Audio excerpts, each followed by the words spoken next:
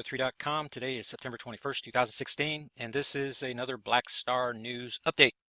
Bonnie sent in a good question. This is in the newsletter currently on page 25. This may be moved up, but let's take a look at the video of what she's talking about here.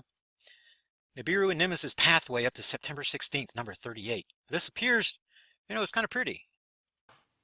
And okay, then so we go. If I could flip this over for you, then and he's showing March 2011.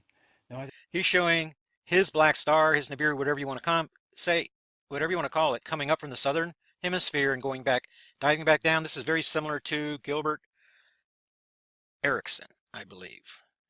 Fellow, he seems pretty smart. Tried to converse with him. The guy didn't want to have anything to say. I think that the guy's just spreading disinformation. I'm not saying this is disinformation necessarily. He's getting this information from somewhere, but it just simply does, everything does just not add up. Got to working on this, doing the research on this story, and I want to share some of that information with you. So this is where Bonnie starts, and this is where I begin right here, just starting off. The gift type model showing Nibiru coming from the southern hemisphere to reach perihelion and dive back into the southern hemisphere is definitely inaccurate based upon the well-defined seismic pattern and related information, including the magnetopause reversal. Here's a link to the video right there. The mystery Martian dust storms. And then there's a comment. I'm trying to give you more information. If you understand about how solar systems are formed, dust cloud, condensation, solar disk formation, then you're going to realize that these guys are orbiting one another or a third point in space, and that they are going to generally be like this. That's just the way that it is out there in the solar system. And I give you more. The two disks they found are aligned with each other in the same plane, which that's normal. That's the way that it is. That's the way things are supposed to be. That's typical. Doesn't mean they're always going to be that way, but a very high percentage of these boys, this is the way they are. And the leading hypothesis is that we're dealing with the invisible collapsed binary twin to our sun that went supernova. So this would be like our sun. This would be the binary twin. It was much larger. Larger stars burn out quicker. It imploded. It created this remnant body that is now doing this thing. And rather than orbiting a third point in space that they held in common, now the black star has superior mass to the black star, so the black star has a planetary relationship. Even though it's a star, it's a remnant star, it has a planetary relationship with the sun. But still, depending on where this sun was when it went supernova, then a new set of mechanics took over, because the biggest gravity well was no longer the imploded sun, but it was our sun. So wherever this guy was, it began, instead of orbiting that third point in space, it began orbiting our sun, but still on the same plane. And there's just too much evidence of that. So I'll give you some of the background information right here, and then I get down to this part. We know from the seismic data that Earth is passing between the sun and black star, creating big seismic events on a 188-day cycle. From December 26, 2004, there's information on the Sumatra quake, all the way up to April 25th. When you use, which is it, Chile or Fukushima? I believe it's Chile. When you take Chile on February 27th, that should be February the 27th there. It says the 26th. That's a typo. Whenever you go backwards to Sumatra, you get 12.8 days. When you go forward to April 25th, you get 12.4 days that you're adding to each year. That's the remainder that's left over. And adding 12 days to your each year, divide that in half because you have a near side and backside alignment, then that's where you get the 188-day cycle. The 188-day cycle is that's, oh, here we go again. This guy wants to close. I'll open it back up for you here in a second. Okay, but what I wanted to show you was over here. This area of my chart has to be updated. The data is coming in and I'll update it. This actual event here was April the 28th, only a 3-degree move. You see this 12-degree move you have average for each year? And the Sumatra quake isn't on here. I began right here in February 27, 2010. Then you have Fukushima, Guerrero, Papua, Solomon Island. These are happening on a 188-day cycle because it's showing leftward movement from the sun's perspective, leftward movement in the orbit diagram. The RA values are getting higher and higher as this thing's going through space. But not only that, the backside alignments. Christchurch, September 4th, 2010. After that, then we had Fukushima. At 188 days, you got Fiji. After that, you have Guerrero. After that, you have Colombia. Then things start staggering a little further ahead. These backside alignments get a little bit later in the year, and these are becoming earlier in the year. There's something happening with the chart that I have yet to wrap my head around, but I'm getting to understand it better. It's magnetic repulsion, binary star magnetic repulsion model, and there's more going on here in my deliberations with geophysicists, with James and Jason, getting to a little better picture. Don't have a full chorus, a full symphony singing yet. And I hope there's more people, science-minded, gifted type people, that will join us in these deliberations. And I'll post, you want to answer the 10 basic questions? I want to see your perspective, where you're coming from. And then you will be part of our little get-together, our research group. Sandy has contributions too. Sandy's quoted by Jason and the geophysicist, and we quote each other, and we give our views back and forth, and gradually we're getting a chorus that's going on. So let me get back to the point here, and let me reopen that newsletter. There's some kind of conflict thingy that's happening here, and this was down on page 25. Let's get this back on 100%. Get back down to page 25. There we go. Now, this is the outlook. You can already see from this pattern and the pattern from the video that they just really not going to add up. They're just really not going to add up. This is the Gilbert Erickson, I believe that's his name. That's the same model he's using, and I think that's going to be this guy's source. And I've talked with that guy. Disinformation for certain. I'm not saying this guy is again, but the guy that's feeding him the information has got this wacky theory that will not create a seismic pattern. Gilbert Erickson is not going to talk about the seismic pattern. He's not going to talk about magnetopause reversals, Martian dust storms, how those things happened in 2012. It happened again in 2016. We predicted it in advance. Everything happened. Yes, it happened a little earlier than I thought because the black star slowed down left removed in the orbit diagram. I didn't see that coming. That surprised me. But the solar flaring activity took place in April 2016, leading up to the Martian dust storms, leading up to the magnetopause collapse. Same pattern that we saw in 2012. And it's because of the pattern that we were able to make the prediction. We don't have to understand the science as long as we can see the pattern and make the prediction, right? I want to understand the science more, and it appears that the magnetopause collapse reversals, Martian dust storms, are caused by magnetic portal connection convergence. In other words, the sun and the earth are connected by a magnetic portal, and this object going around that's coming in is connected to the sun too. And as we pass between them, we have multiple magnetic portal connections that are converging on each other and interacting together. They're like giant live electrical wires. And it's that those electrical wires getting closer and closer together and cross-firing, creating these highly charged ionic clouds, given directionality between the converging portals. And I saw a comment on my video yesterday that NASA would laugh at this. If you go to my channel right here and you go to magnetic portal connections, it's going to take you to NASA documentation. They're going to show you how the sun and earth are connected. They're going to talk to you about internal active conduits, passive conduits. They're going to give you a little bit of the anatomy of a magnetic portal connection from current understanding, because right now they're looking at these portal connections as magnetic because they can measure magnetics. They can see magnetics, when actually we're going to find out in the future that these internal conduits are conducting electromagnetism from across the entire electromagnetic spectrum. So the sun is going to sleep because the black star is doing it. And it's creating, as it gets getting closer, the magnetic portal connection is getting more, it's conducting more solar electromagnetism for redirecting to all the planets based on their near proximity. So that is the facts in this case from my perspective. And so I wanted to make this special news update. I'd like to keep them around 10 minutes and not go much further. Lots of information in here.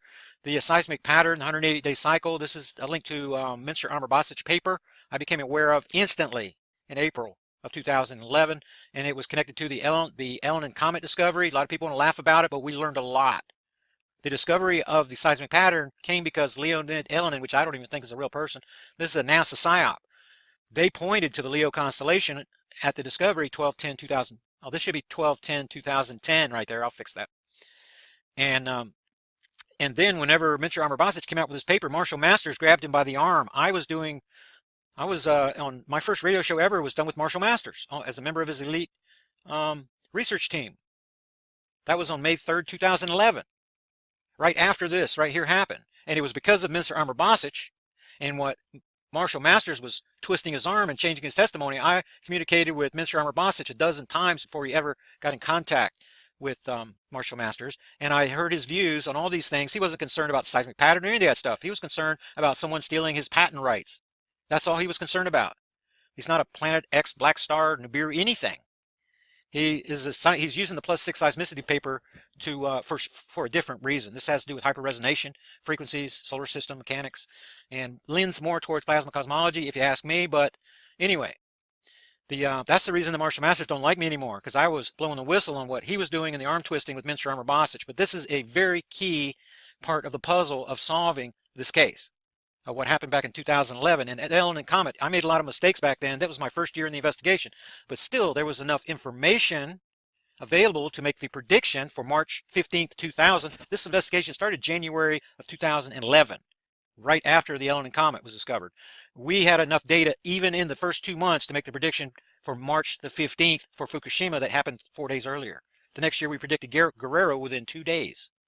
So we identified the 188-day cycle, but there would be no cycle. There would be no seismic pattern if the star coming in here was doing so like this. This is my view to be totally rejected. If somebody has the scientific wherewithal to demonstrate using these type of diagrams, they have the wherewithal also to identify the seismic pattern, the magnetopause reversals, Martian dust storms, the other events that are connected, definitely connected, the shrinking heliosphere, the weakening magnetosphere. There's a long list of scientific evidence that is put together in this Project Black Star investigation. And the fact that these guys go off in their little niches, their little cubby holes, and they work independent of the science. They're trying to give you a scientific explanation without including the geology, the astrophysics, the physics. You see what I mean? Right? That's what Project Black Star does that these other guys are not going to do. Whether it's Suspicious Observers, Dutch Sense, the Mary Greeley's, the people like that, God bless them, bless their hearts. They are giving us information from their little teeny corner of the solar system, little corner perspective of the study. If you want to watch Suspicious Observers, you're going to get a nice weather report, right? And he's going to focus everything on the sun, as if the sun's doing everything, whenever the black star is the 90 billion pound elephant in the room. So anyway, this went a little bit over. Let me point you back to the newsletter article so you can see what you're looking at here. And this why I'm here before I sign off. All the information is there that you need to be able to sort this out. There is a ton of information in this newsletter. There's this is a really beautiful piece by Jason, Infinity and Beyond, in this little deal that he's put together here. And Jason got a good mind, and he thinks way outside the box like I do. And he's showing me some things. Remember, I'm very slow to draw conclusions. I'm going to listen to everybody's singing in this case, and I'm listening for that ring of that bell, that sound of truth. And but there is diagrams in here. There's just really a lot. There's more information in here on Black Star features and characteristics than maybe in all the other newsletters combined. This is a really good newsletter. It's deep. You go to the deep side of the pool a little bit, but gradually, and I'm trying to inspire the contributors to speak in more general terms, and rather than these highly sophisticated terms, and to connect their commentary to events, things that we can measure, observations, the reversing magnetosphere. What can cause that? The global warming that's going on. There's debate about there if it's cooling or warming. It's definitely warming. 2017 will be the hottest year in recorded history.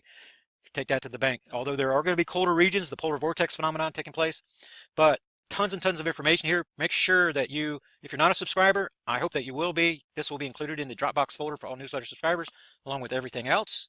And if you're not, then make sure that you're going to get a free link to this video out of the description box of the upcoming update that's coming out tomorrow. This is the one that I did earlier, the report, and you guys should have already seen that video. If you haven't, jump over there. There's the link to it. You can get it out of my description box. Please share my videos. Let's up the numbers over here to get a little more credibility. We don't even have 10,000. Some of these guys have got 200,000. We don't even have 10,000 subscribers over here. So if you guys will do that, then I appreciate it very much. And this went longer than I wanted to, but I want to give you a little demonstration. And remember, it's only $25 per year. You go to terralo3.com, hit the subscription button, and why I got your ear here, I had to change email addresses. It's kind of a long story if you haven't been around. When we went through it beginning of 2015, and apparently the old email address was connected to this button. All the settings were changed, but this button has just been updated now. So some people, whenever you receive your notification email, you always get the right email address, but some people got the wrong email address because of the old subscription button. So just want to make you aware of that. I did identify the problem. It is fixed, and I apologize for that. And thanks again. Remember, you can donate here. You can contact me. This is a non-subscription, non-subscriber email address. You can see how busy I am. I cannot get here every day, but I get here as quick as I can, as time permits, among the other things. And you will get an answer when you contact me here. Eventually, you're going to get one. It may be a few days. It may be a week or more. That's just the way that it works. Remember that my time is invested every single morning answering every single email from every single subscriber and contributor every single day. And sometimes that goes till 4 in the afternoon, and I just do. At that point, I'm about ready to drop and I cannot do anymore. I have to get away from it, or my head's going to explode. So remember, only $25 a year. This is a really, really great deal. You have access to all the information, and you get access to all the other previous emails. And for those that are kind of new, I recommend 2012, volume number 9. My senior, Michael Owens, my senior astronomer at that time, was writing all the feature all the feature articles for the newsletter. Very brilliant man, and he begins off in 2012. There's some really great stuff back there. So I just want to point you in that direction. Thanks again, and be sure to share this video with others. And appreciate you guys' support. And I'll see you on the next Black Star update report, which is coming out tomorrow, unless I see something else where another Black Star news needs to be made. Thanks again. I'll see you guys on the next update report. Hello, YouTube and newsletter subscribers. This is Terrell from TerrellO3.com. Today is September 21st, 2016, and this is another Black Star news update. Bonnie sent in a good question. This is in the newsletter currently on page 25. This may be moved up, but let's take a look at the video of what she's talking about here. Nibiru and Nemesis pathway up to September 16th, number 38. This appears, it's kind of pretty. And Okay, then so we go. if I could flip this over for you, then and he's showing March 2011. No, he's showing his black star, his Nibiru, whatever you want to whatever you want to call it, coming up from the southern hemisphere and going back, diving back down. This is very similar to Gilbert Erickson, I believe. Fellow, he seems pretty smart. Tried to converse with him. The guy didn't want to have anything to say. I think that the guy's just spreading disinformation. I'm not saying this is disinformation necessarily. He's getting this information from somewhere, but it just simply does, everything does just not add up. Got to working on doing the research on this story, and I want to share some of that information with you. So this is where Bonnie starts, and this is where I begin right here, just starting off. The gift type model showing Nibiru coming from the southern hemisphere to reach perihelion and dive back into the southern hemisphere is definitely inaccurate based upon the well-defined seismic pattern and related information, including the magnetopause reversal. Here's a link to the video right there. The mystery Martian dust storms. And then there's a comment. I'm trying to give you more information. If you understand about how solar systems are formed, dust cloud, condensation, solar disk formation, then you're going to realize that these guys are orbiting one another or a third point in space, and that they are going to generally be like this. That's just the way that it is out there in the solar system. And I give you more. The two disks they found are aligned with each other in the same plane, which that's normal. That's the way that it is.